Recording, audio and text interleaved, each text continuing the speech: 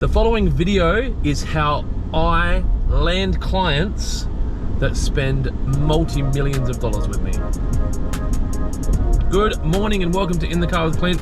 It's actually not morning, it's afternoon. For those of you that are gonna pick me up on that, I'd rather be honest. So, obviously, for those of you that have been following for a while, you're aware that I run businesses that run B2B and B2C. Today, what I want to talk to you about is the process I go through to acquire or to land our business clients that then become people that spend money with us over long periods of time.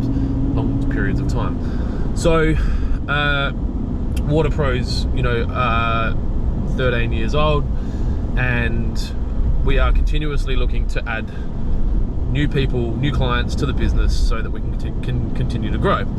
Now, if I was starting out, so for anyone out there that's just starting out, what I would be looking to do is, firstly, you need to identify the clients that you want. So for us, we sell irrigation equipment to the trade, to councils, to schools. We want to try and find the clients that are most in line with our values. So people that are going to pay us on time, people that are going to treat us with respect, people that are going to spend money on irrigation, people that are going to be good to deal with. But deep down, we don't really know. So we get a good gist of who we want. So we find the client that we want. So for the purposes of this video, let's call them Bitumen Council, right? So they're a new council that supply services to the homeowners in the area, which include parks and gardens. Now, I don't know anyone that works there, so the first thing I need to do is work out who is in charge of parks and gardens for Bitumen Council. I probably said that wrong. Bitumen? Anyway, doesn't matter. Not why we're here. So what I'll do is I will go to LinkedIn and I'll search for that council, and I'll search for employees that work for that council.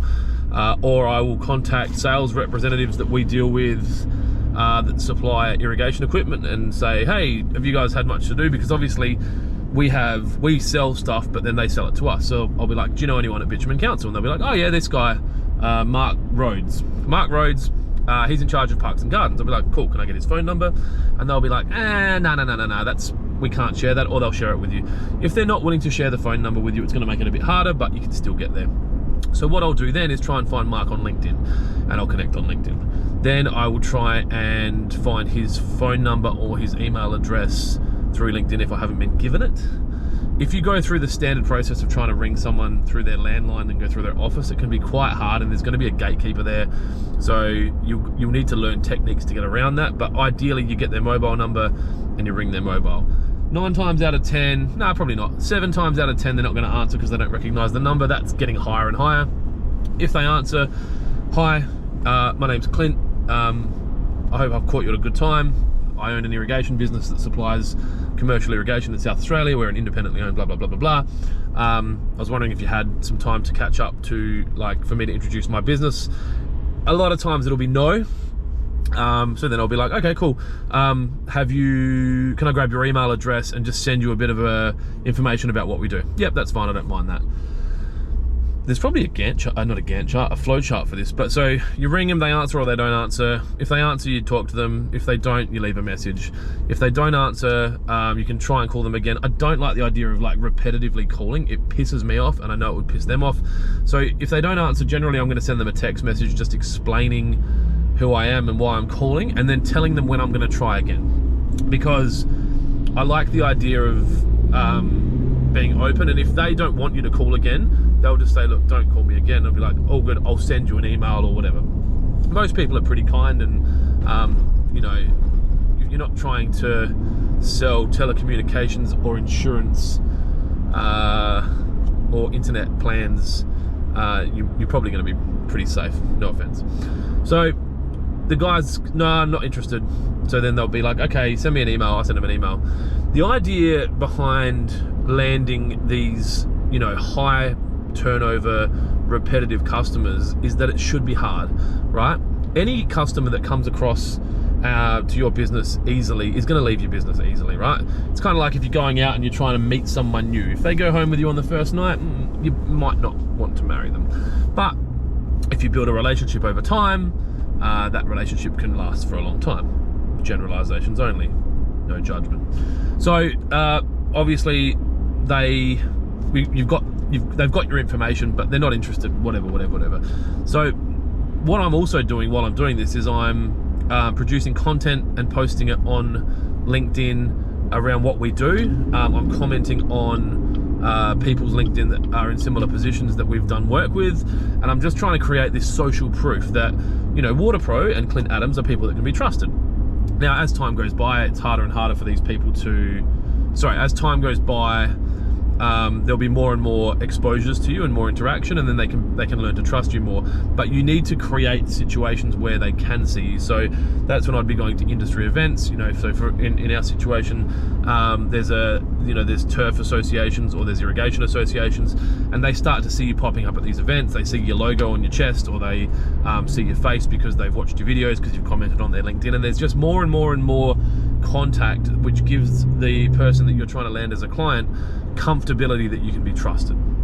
And eventually, if you do everything properly, you'll be able to ask for an opportunity to provide them with a proposal or a quotation to supply them with some material, or to do them a quote for a design, or whatever it might be that your business does. And then it is your time to shine, because that's what you've been chasing, the opportunity to offer them something. Now, they'll in our situation, they'll ask us to, sorry, I'm distracted, there's a car next to me and the number plate is Doge CN, driving an AMG, must have made some money on Doge. So you get an opportunity to quote some stuff. To land these clients now, this is your opportunity, and you can't stuff this up because you'll never get another bite. Well, you won't never get another bite, but it's going to be harder. You need to do what you say you are going to do, and do it when you say you are going to do it. So you'll prepare them a quote and you'll send it off to them, and then you'll tell them, hey, you'll ring them or you'll email them saying, I've sent that quote, have you got it? And they'll say yes or no. And if they haven't got it, then you send it again, make sure that's not in their junk, and say, thank you for the opportunity. When can I follow you up about this? And they'll tell you. And you need to ask for permission to be persistent. And this is something that I'm a big fan of. And because I've done it for so long, I kind of make a joke out of it and like, look, man, you know I'm going to chase you up about this. When's great for it? You know I want your business. Let's get this done. Like, do you want to just buy it now? And I can kind of be funny about it. And some people might find it funny, and some people might find me obnoxious. You're not going to win them all, but I'll ask for permission to be persistent. So I'll say, when can I chase you up about it? And they'll say, look, I'll know Wednesday. And then I'll be like, cool, how about I call you Thursday morning at 9 o'clock? Put it in your calendar, put it in your diary, whatever you use to track your time, and call them Thursday morning at 9 o'clock.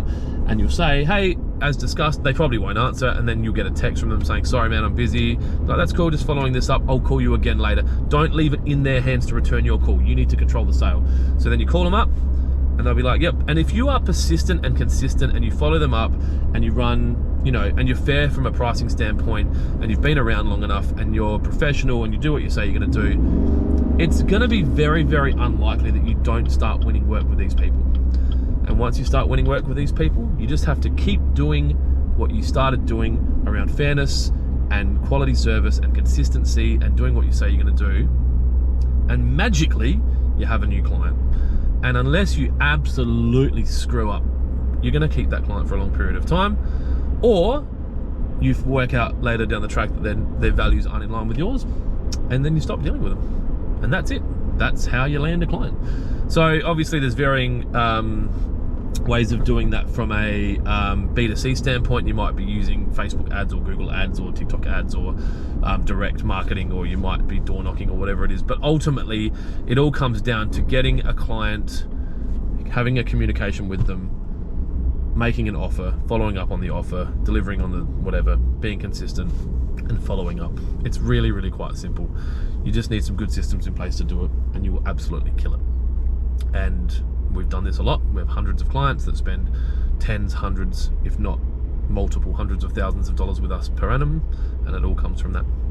So that is it. Good luck. Or provided you're not in my industry. But if you're in another industry, good luck. If you're in my industry, I hope you fail. No, that's horrible, but I'm probably mean. Be kind to each other. Most importantly, be kind to yourself. Hopefully this is bringing you some value. If you've got any questions, hit me up in the comments or send me a DM. Otherwise, be kind to each other. Be kind to yourself. I'll talk to you tomorrow. See ya.